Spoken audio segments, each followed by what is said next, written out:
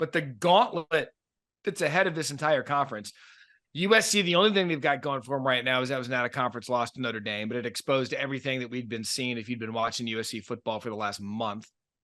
Oregon State beat the hell out of UCLA. You want nothing to do with going up there. When Arizona and Arizona State, respectively, Arizona State challenged USC, they probably could have gotten Colorado. Arizona took USC to triple overtime and then beat the hell out of Washington State last night. And those were supposed to be your two worst teams. Right. And so when you look at this conference big picture, Paul, I do want to reserve a spot for the Pac-12 in the playoff. My only concern is that it is so even at the top, in the middle, and at the bottom. They might dog each other out of a playoff bid. They could. And it's not like, those of us here in the SEC, we'll figure it out. We'll get there. Because there's usually one or two just elite teams that the only chance is that they'll beat each other, but that's not the case. I readily admit what you guys have been saying. I mean, this is the best conference right now, and it may not be in January because of the carnage, but it is right now. And I still don't know a thing about the Big Ten, but we will know something at the end of next weekend. But it's just so weird to watch Michigan play every week, Matt, and just say, okay, well, they just went out and pounded a miserable team. Well, congratulations. Yeah, they're like a boa constrictor. They were 33-point favorites against Indiana. They were down 7-0. They were kind of plodding their way around in the first quarter, then in the second quarter, and then you look up, and then they kind of put the foot on the throat, and they just take off.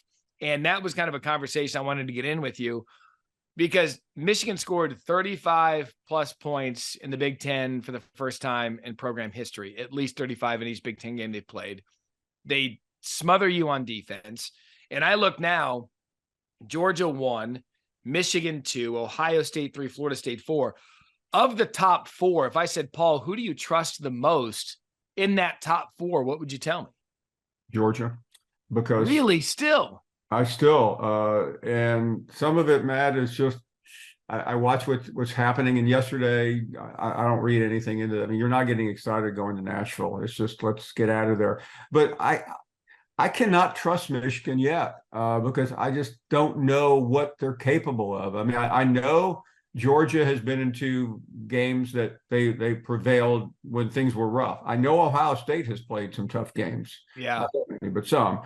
Florida State, the Clemson game showed me a lot, but they were lucky to win.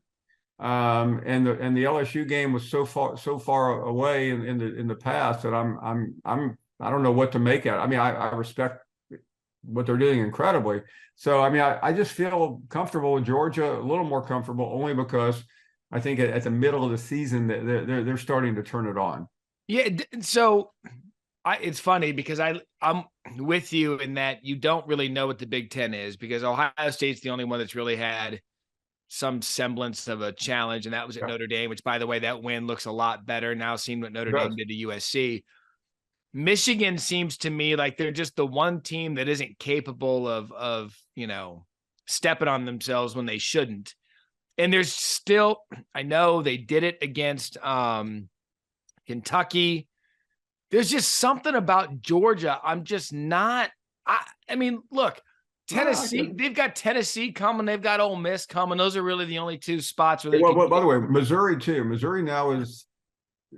You have to take them seriously, whether you want to or not.